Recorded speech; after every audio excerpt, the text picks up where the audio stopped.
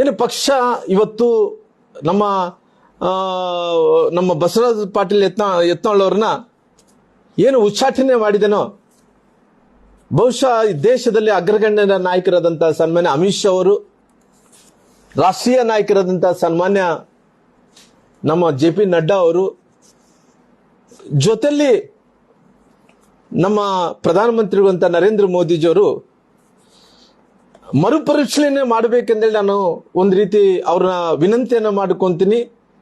ಇಡೀ ಪಂಚಮಶಾಲಿ ಲಿಂಗಾಯತ ಸಮುದಾಯದ ಜನರು ಎಲ್ಲರೂ ಕೂಡ, ಯಾಕಂದ್ರೆ ಅವರೆಲ್ಲರೂ ಕೂಡ ಇವತ್ತು ಭಾರತೀಯ ಜನತಾ ಪಾರ್ಟಿಯಲ್ಲಿ ಅವರು ಎಲ್ಲೋ ಒಂದು ಕಡೆ ಪ್ರೀತಿ ವಿಶ್ವಾಸದಿಂದ ರಾಜಕಾರಣವನ್ನು ಮಾಡ್ಕೊಂತ ಬರ್ತಾ ಇದ್ದಾರೆ.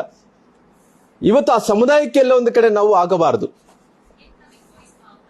ಎಲ್ಲೋ ಒಂದು ಕಡೆ ಈ ಸಮುದಾಯದ ನಾಯಕರನ್ನು ನಾವು ದೂರ ಮಾಡ್ಕೊಂತು ಅಂತೇಳಿ ಬಿಜೆಪಿಯವರು ನಾವು ಪಡಬಾರ್ದನ್ನಂತ ಕಾರಣದಿಂದ ಅವ್ರ ನಾನು ವಿನಂತಿಯನ್ನು ಮಾಡ್ಕೊಂತೀನಿ, ಕೇಳ್ಕೊಂತೀನಿ, ದಯವಿಟ್ಟು ಪುನಃ ಮರುಪರಿಶೀಲನೆ ಮಾಡಬೇಕು ಅಂತೇಳಿ ನಾನು ರಾಷ್ಟ್ರೀಯ ನಾಯಕರನ್ನ ನಾನು ವಿನಂತಿಯನ್ನು ಕೂಡ ಮಾಡ್ಕೊಂತೀನಿ.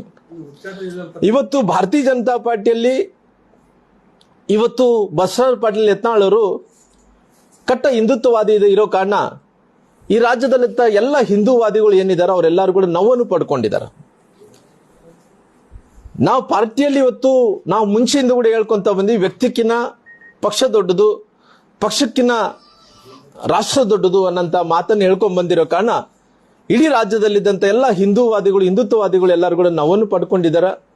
ಬಹಳಷ್ಟು ಮಂದಿ ಕಟ್ಟ ಹಿಂದುತ್ವವಾದಿಗಳು ಎಲ್ಲರೂ ಕೂಡ ಎಲ್ಲ ಒಂದು ಕಡೆ ನೋವಾಗಿರೋ ಕಾರಣ ಇವತ್ತು ದೊಡ್ಡ ಸಮುದಾಯ ಲಿಂಗಾಯತ ಸಮುದಾಯ ಇವತ್ತು ಬಹಳಷ್ಟು ದೊಡ್ಡ ಸಮುದಾಯ ಇರೋ ಕಾರಣ ಆ ಸಮುದಾಯದಲ್ಲಿದ್ದಂತ ನಾಯಕರು ಕೂಡ ಎಲ್ಲೊಂದು ಕಡೆ ಉಚ್ಚಾಟನೆ ಮಾಡಿರೋ ಕಾರಣ ಅವ್ರಿಗೆ ಎಲ್ಲೊಂದು ಕಡೆ ನೋವಾಗಿರೋ ಕಾರಣ ನಾನು ವಿನಂತಿ ಮಾಡ್ಕೊಂತ ಇದ್ದೀನಿ, ರಾಷ್ಟ್ರೀಯ ನಾಯಕನ ಮರುಪರಿಶೀಲನೆ ಮಾಡ್ರಿ ಅಂತೇಳಿ ನಾನು ಒತ್ತಾಯವನ್ನು ಮಾಡ್ತೀನಿ. ಜೊತೆಲಿ ಅವ್ರ ರಿಕ್ವೆಸ್ಟ್ ಕೂಡ ಮಾಡ್ಕೊಂತೀನಿ.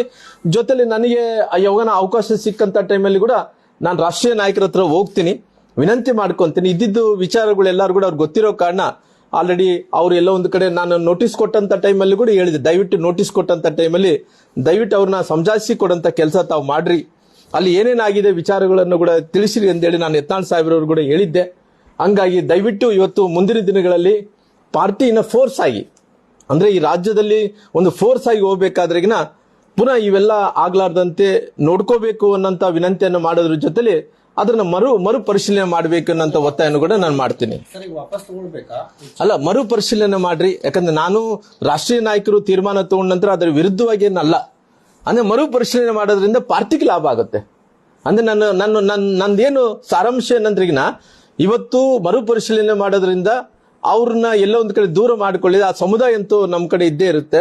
ಮರುಪರಿಶೀಲನೆ ಮಾಡೋದ್ರಿಂದ ಪುನಃ ನಾವು ಎಲ್ಲೋ ಒಂದು ಕಡೆ ಇವತ್ತು ಸಂಖ್ಯಾಬಲದ ಮೇಲೆ ನಾವು ಅಧಿಕಾರಕ್ಕೆ ಬರಬೇಕಾಗುತ್ತೆ. ಈ ಸಂಖ್ಯಾಬಲ ಮೇಲೆ ಅಧಿಕಾರಕ್ಕೆ ಬರಬೇಕಾದ್ರಿಗಿನ ಈ ಸಣ್ಣ ಪುಟ್ಟ ಏನಾಗಿದೆ ಅವೆಲ್ಲರೂ ಕೂಡ ಸರಿಪಡಿಸಿಕೊಂಡು ಇವತ್ತು ಎಲ್ಲರನ್ನು ಕೂಡ ಇವತ್ತು ದೊಡ್ಡ ಸಮುದಾಯ ಲಿಂಗಾಯತ ಸಮುದಾಯ ಬಹಳ ದೊಡ್ಡ ಸಮುದಾಯ ಇರೋ ಕಾರಣ ಆ ಸಮುದಾಯ ನಾಯಕರನ್ನು ಕೂಡ ಎಲ್ಲರನ್ನ ದೂರ ಪಡಿಸ್ಕೊಳ್ಳಾರ್ದಂತೆ ಅವರು ಕೂಡ ಸರಿಪಡಿಸ್ಕೋಬೇಕು ಅನ್ನೋಂತ ಒತ್ತಾಯವನ್ನು ಜೊತೆ ರಿಕ್ವೆಸ್ಟ್ ಮಾಡೋಂತ ಕೆಲಸ ಕೂಡ ನಾನು ಮಾಡ್ತೀನಿ.